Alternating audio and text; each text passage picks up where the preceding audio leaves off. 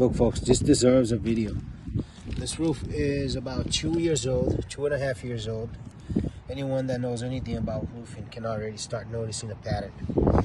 We started taking off some shingles and look what we find out. This is what the paper was like underneath.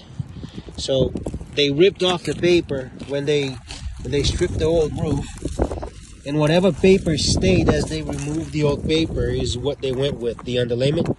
These people are having mad issues now, leaks everywhere. I kind of tried to tell the homeowner before that this it was a problematic roof to begin with, because I could see the pattern of poor craftsmanship.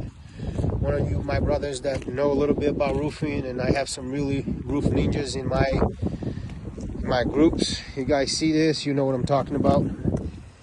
Yeah, no underlayment. Yeah, I can understand a little no underlayment on a pink plywood, but this whole house has no underlayment. It's a shit show. You can see the lines. Look at this crap. And plus, they got solar on it. And whoever put solar on here, 2 years old, they didn't bother replacing the lead. And whatever lead they replaced looks like shit. Gotta be careful out there, folks. Look, some of the shingles, they didn't even rip half the shingles. So when I say to you people, be careful. Look at that crap. That transition wall.